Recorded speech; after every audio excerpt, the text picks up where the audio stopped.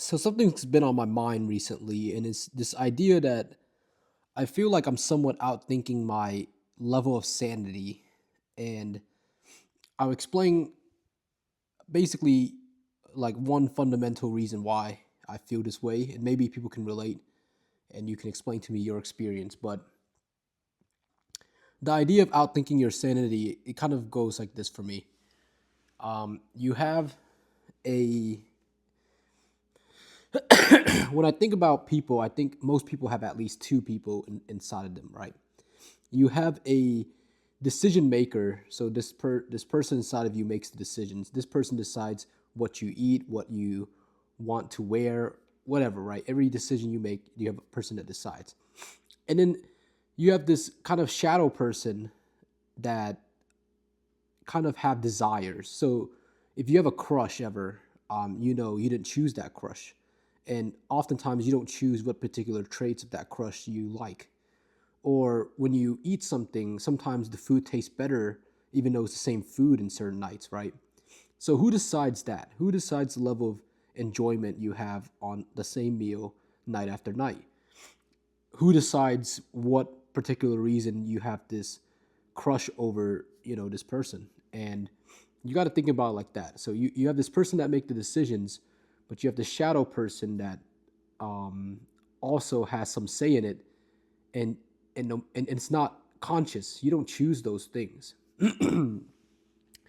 So that gets me wondering, right? Like if you kind of put in a ratio, like a pie chart, what percent of people are this decision maker, and what percent of these people are this kind of subconscious thinking, right? And when I kind of researched it more, most people called one the observer and one the responder. So the observer obviously being the decision maker, and the responder is kind of like a hormone, I would say.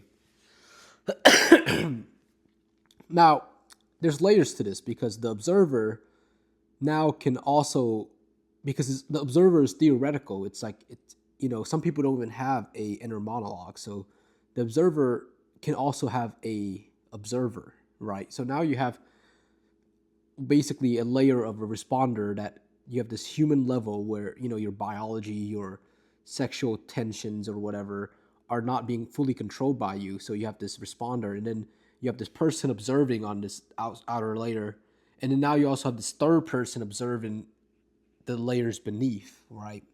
And that's kind of how I see things now. And oftentimes on a daily basis, I'll be 3, 4 layers deep. So what it will look like is, let's just say I'm with a coworker, and maybe he is not a big fan of me and does certain things, right? So the responder would obviously be ticked off, like it's like a ego thing, right? Hey, this guy is making fun of you in front of your colleagues. You should respond. So the responder is flaring up. My observer is like, hey, relax. Like, it's not a big deal to me. If you really think about it, it's not a big deal. And then you have this observer of the observer, this third layer, and he's just seeing all of this go down. Like, is it really not a big deal? Like it's like negotiating, essentially. And then, but it also is wiser, so it kind of knows that, let's just say it's wiser, so it's thinking like, hey, if you let it go through now, it will just continue in the future.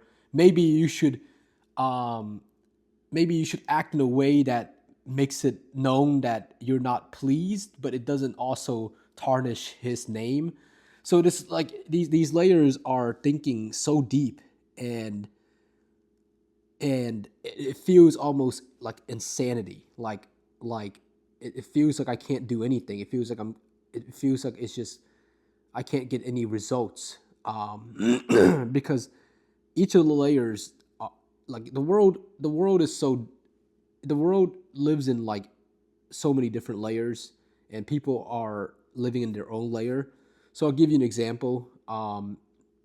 If you have like surface level friends that you have, that you'll never tell who you like who you have a crush on, you'll never tell them that your fears, you'll never tell them whatever your deepest secrets are. So you have those surface level friendships, and they live on the responder level, right? So if they were, for example, to make you really upset one time, that would just be it, right? So your responder got really upset, and you wouldn't even give your observer time to kind of listen to to that that person, or hear them out. So that's kind of what I mean. So you live in this layer one with a lot of people, the majority of people, I would say. But then on layer two, you also have people that you can be more known towards, and they can be more known towards you. So maybe this is like a girlfriend, a best friend.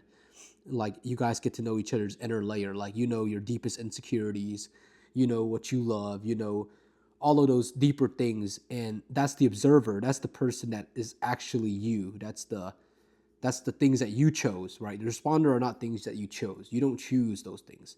You choose the things that the observer chose. And that's the thing. So society lives on many layers, and I just can't stand to be in layer one. It's just so stupid. Like, if you ever hate small talk, that's layer one activity. That's responder. You want to make that other person feel safe for whatever small talk purpose you have. That's why you have small talk, because it's layer one. It's just, it feels so unnecessary. But this is where, like, outthinking my sanity comes in, because it's when I'm in this layer one talk, I'm just so confused, because you and the other person, especially if they're intelligent, you both know that this is all nonsense, but the conversation just keeps going on this small talk level, right? And when you get to the level two conversations, a lot of people just don't care. I think they don't care to think like that. They just want to feel. Um, I remember I told people at job about this idea of two people inside of you. And when I first thought about this, it blew my mind, like that. You're right. I actually don't make a lot of decisions, or like about how I feel. I don't make decisions about how I feel. I just make decisions off those feelings. So it's kind of weird, right? And it blew my mind. And some people that I tell at work, they just couldn't give a damn. Um, but that's what it is. It's just like layers and layers of thinking. And even as I'm saying this, I have this observer level saying like, dude, you're just yapping or whatever. And then this third observer is just watching, saying like, hey, maybe your idea isn't perfect, but if you just put it out there, maybe someone completes it. So, it's it's actually crazy, um, how much thinking goes on in my mind now. And maybe I just wanted to share that. Maybe someone can relate. Maybe someone has like an antidote. My only antidote now is actually I just turn everything hush. So you just force shut down your mind and just go into this complete airhead mode. And I actually love it. A lot of my days, an hour would fly by just because I just air it out. And it's actually pretty nice. So, you know, maybe someone else has more ideas or something to add to this idea of just thinking too much. I just gave one example of thinking too much. I'm actually writing a book too. So maybe you have more ideas and I can discuss if maybe it's already in the book.